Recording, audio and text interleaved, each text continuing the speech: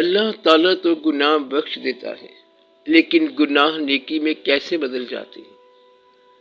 اللہ کہتا ہے کہ میں جب چاہوں، یہ اپنا اختیار جتایا ہے، میں جس کو چاہوں جب چاہوں معاف کر سکتا ہوں، وہ کر سکتا ہے، اور وہ گناہ معاف کر سکتا ہے، بلکہ کر دیتا ہے، اور ان کے گناہ نیکیوں میں بدل دیتا ہے۔ اب آپ کا سوال یہ ہے کہ کیا ایسا ممکن ہے؟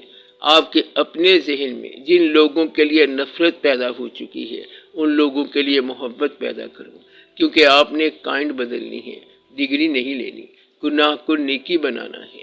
یہ قسم اب مختلف ہو گئی ہے، گناہ کو کم گناہ نہیں بنانا، بلکہ اس کی قسم بدلنی ہے۔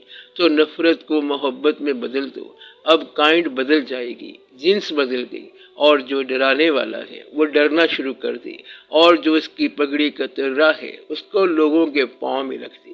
یہ مشکل ہے، پھر خودکشی کر لو۔ خودکشی کا مطلب یہ ہے کہ مرنے سے پہلے مر جانا، یعنی کہ اپنی انا کو کش کر دو۔ آپ بات سمجھ رہے ہیں؟ کہتا ہے اب میں ڈر گیا۔ کس سے ڈر گیا؟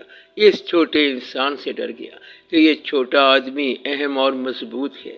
میں نے آپ کو پہلے بھی ایک بار کہا تھا کہ اگر آپ کو کبھی یہ معلوم ہو جائے کہ آپ کے دفتر کا جو پین ہے وہ لاہور کا کتب ہے تو اس سے فیض کیسے لوگے؟ شاید تم یہ کہتے کہ میں فیض لیے بغیر ہی آ جاؤں گا۔ یہ بے وقوف آدمی ہے۔ میں نے بار بار سمجھایا کہ فیض اس کتب کے پاس ہے جو آپ کے دفتر کا پین ہے، تو اس سے فیض لینے کی آپ کو جانچ آنی چاہیے، اس کا ادب کرنا چاہیے، کیونکہ ہے تو وہ کتب ہی۔ یہ نہ کہنا کہ اس کتب سے ہم فیض نہیں لیتے، چپڑاسی سے ہم فیض کیسے لے سکتے ہیں؟ جس کے پاس فیض ہو اسی سے تو لینا ہے۔ وہ آدمی جو اپنے دفتر کے پین سے آقا میرے حضور کہتا ہوا فیض لے سکتا ہے وہ بچ گیا، اور جو نہیں لے سکتا وہ پھر رہ جائے گا۔ آپ بات سمجھ رہے ہیں؟ اگر یہ کر سکتے ہیں تو آپ کے گناہ جو ہیں وہ نیکیوں میں بدل جائیں گے۔ تو یہاں پر بیہیویئر میں تبدیلی پیدا کرو۔ جو لوگ ساری عمر کافر رہے، اسلام کے خلاف رہے، اور پھر حضور پاک صلی اللہ علیہ وآلہ وسلم کے سائے میں آ کے توبہ کر لی، بس وہ بخشے گئے۔ دوزخ میں جانے والے سیدھے جنت میں گئے، انہیں توبہ نصیب ہو گئی، کلمہ نصیب ہو گیا، حضور صلی اللہ علیہ وآلہ وسلم کی محبت نصیب ہو گئی۔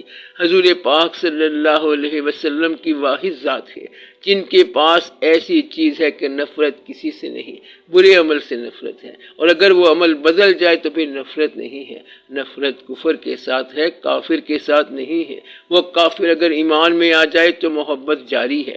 آپ لوگوں کے ساتھ اگر کسی نے غلطی کی ہے یا کوتاہی کی ہے تو آپ ساری عمر اس کو معاف نہیں کرتے۔ اگر قیامت کے دن کوئی کہے کہ میں نے 2-4 بندوں کو پکڑا ہوا ہے اور اللہ سے سزا دلوانی ہے تو اللہ اسے بھی معاف نہیں کرے گا۔ معاف کر کے جاؤ تو معافی آپ کے لیے موجود ہے۔ امید ہے آپ نے اپنے ساتھی کو معاف کر دیا ہوگا۔ جواب یہ دو کہ کوشش کر رہے ہیں، ابھی اس خیال سے نکلیں گے۔ اب اپنے آپ کی اصلاح کرو۔